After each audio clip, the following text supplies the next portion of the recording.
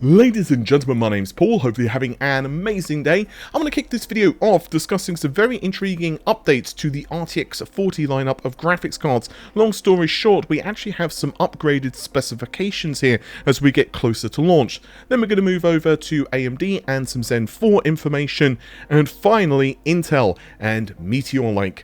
And we're going to kick all of this off right after this message from the video's sponsor. If you're running a copy of Windows 10 which isn't activated, of course, not only do you have to worry about the missing customization options, but there's also that annoying Windows desktop watermark reminding you to activate. Today's video is sponsored by WhoKeys.com, and they have an excellent price on Windows 10 Professional as well as home keys. Yeah, and they also of course sell games. I've bought a few Windows 10 keys with my own personal account to test everything was legit and worked in preparation for this sponsored video. You can pick up one of their keys for 25% off using the coupon code RGT in the checkout. There's links to their website in the video description. Also, if you're building a few systems, there's bundles available too.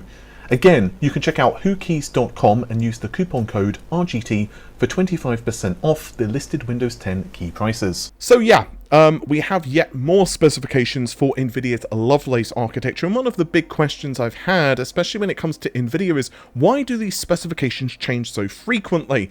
Well, honestly, it's simply due to how Nvidia are approaching this launch, and honestly we've seen pretty much the same thing with the GTX 10 series, RTX 20, RTX 30. You can go back into history, and this is very characteristic of Nvidia. They are trying to ascertain yields, they're trying to figure out how much they want the cards to cost, because obviously faster memory or more board power means the production costs are going to be different, and so on and so on. And the other really big one is how competitive will AMD be? And the answer is, at the moment, no one 100% knows how fast AMD's cards are. I've had such large gaps in performance, anything from around 2 times the RX 6900 XT. We're talking about raster performance up to 2.5 times for the flagship N31 Silicon. But that's a subject for another video. Let's talk about the upgrades, quote unquote, to the RTX 4080. I say that because, of course, no matter what the specifications, technically nothing's been upgraded because the card hasn't launched, but Kopitai 7 Kimi has stated that the number of CUDA cores remains 9,728, but critically, the memory configuration has changed. We're still looking at 16 gigabytes of GDDR6X memory, so that's a 256-bit bus for those wondering, but the memory is now running at 23 Gbps, which is an upgrade from 21.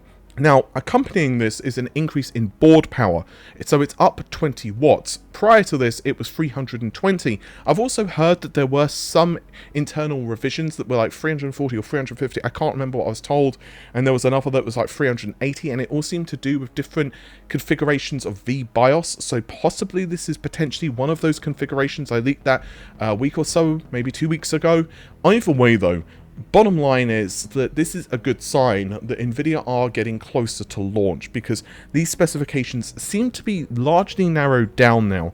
Now, I just want to also add that the total card power going up could be a couple of things. The first is trying to achieve the higher clock frequencies of the memory, and number 2 is that, well, Nvidia could be aiming for higher clock frequencies of the GPU core, or more stable GPU core frequencies.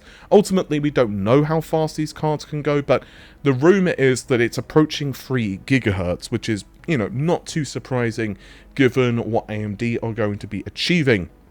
I'm also going to add that it seems not just the total card power, which is something to be aware of, but another thing to be cognizant of is also the spikes in power consumption.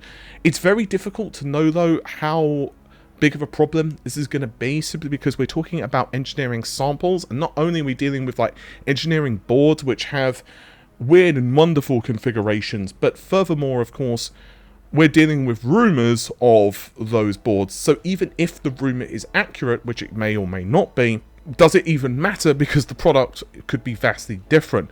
However, I have heard that the 4090 or 4090 Ti, again, there is some speculation of which one it may be, Well, basically, it could be hitting up to 1,000 watts just for seconds in peak. But again, I wouldn't put too much credibility in that because A, is that being overclocked? B, is that even slightly indicative of final production silicon? Probably not to both questions.